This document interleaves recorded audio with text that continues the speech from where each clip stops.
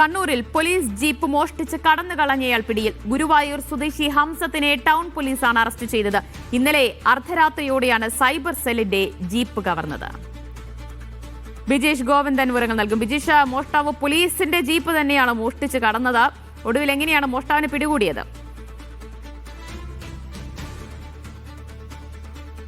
ദിവ്യ, വളരെ കൗതുകമുള്ളൊരു സംഭവമാണ് ഇന്നലെ രാത്രി കണ്ണൂരിൽ നടന്നത്. കണ്ണൂരിൽ IG ഓഫീസിന് തൊട്ടടുത്ത് പ്രവർത്തിക്കുന്ന താവക്കരയിൽ പ്രവർത്തിക്കുന്ന സൈബർ സെല്ലിന്റെ വാഹനമാണ് ഇത്തരത്തിൽ കവർന്നു കൊണ്ടുപോയത്. രാത്രി 12:45 ഈ സൈബർ സെല്ലിന്റെ ഓഫീസിന് പരിസരത്ത് നിർത്തിയിട്ടിരുന്ന പോലീസ് ജീപ്പ് എടുത്ത് പ്രതിയായിട്ടുള്ള ഈ ഗുരുവായൂർ സ്വദേശി കടന്നുകളയുകയായിരുന്നു. തുടർന്ന് മുനീശ്വരൻ കോവിലിനടുത്തെത്തി അവിടെയുള്ള ഒരു പെട്രോൾ പമ്പിൽ നിന്ന് പോലീസ് ജീപ്പിനകത്ത് ഇയാൾ പെട്രോൾ അടിക്കുകയും ചെയ്തിരുന്നു. അതായത് സ്ഥിരമായിട്ട് അവിടെ നിന്നാണ് ഇന്ധനം നിറക്കുന്നത് എന്നുള്ളത് കൃത്യമായി അറിയുന്ന ആള് ആ പെട്രോൾ പമ്പിൽ എത്തുകയും ആ ജീവനക്കാരന്റെ അടുത്ത് ഈ വാഹനത്തിൽ വിടുന്നല്ലേ എണ്ണ അടിക്കാറെന്ന് ചോദിക്കുകയും ചെയ്തു. തുടർന്ന് ആ ജീവനക്കാരൻ അതേ എന്ന് പറഞ്ഞ് എന്നാൽ എണ്ണ അടിച്ചുകൊള്ളൂ എന്ന് പറഞ്ഞതിന് ശേഷം എണ്ണ അടിച്ചു കൊടുക്കുകയും ചെയ്തു. അത് കഴിഞ്ഞ് SN പാർക്കിന് സമീപത്തുള്ള ഒരു തട്ടുകടയിൽ നിർത്തി അവിടെ വെച്ച് ചായ കുടിക്കുന്ന ഘട്ടത്തിൽ ആ കടയിലെ ജീവനക്കാർക്കാണ് ഒരു സംശയം തോന്നിയത്. കാരണം ഇദ്ദേഹത്തിന്റെ ഡ്രസ്സ് കണ്ടിട്ട് പോലീസ് അല്ല എന്ന് സംശയിക്കുകയായിരുന്നു. തുടർന്ന് കടക്കാരാണ് പോലീസിന് വിവരം അറിയിക്കുകയും തുടർന്ന് ടൗൺ പോലീസ് സ്ഥലത്തെത്തി ഗുരുവായൂർ സ്വദേശിയെ കസ്റ്റഡിയിൽ എടുക്കുകയായിരുന്നു. അവിടെ നിന്നാണ് പോലീസ് ജീപ്പ് മോഷ്ടിച്ചു കൊണ്ടുപോയെന്നുള്ള കാര്യം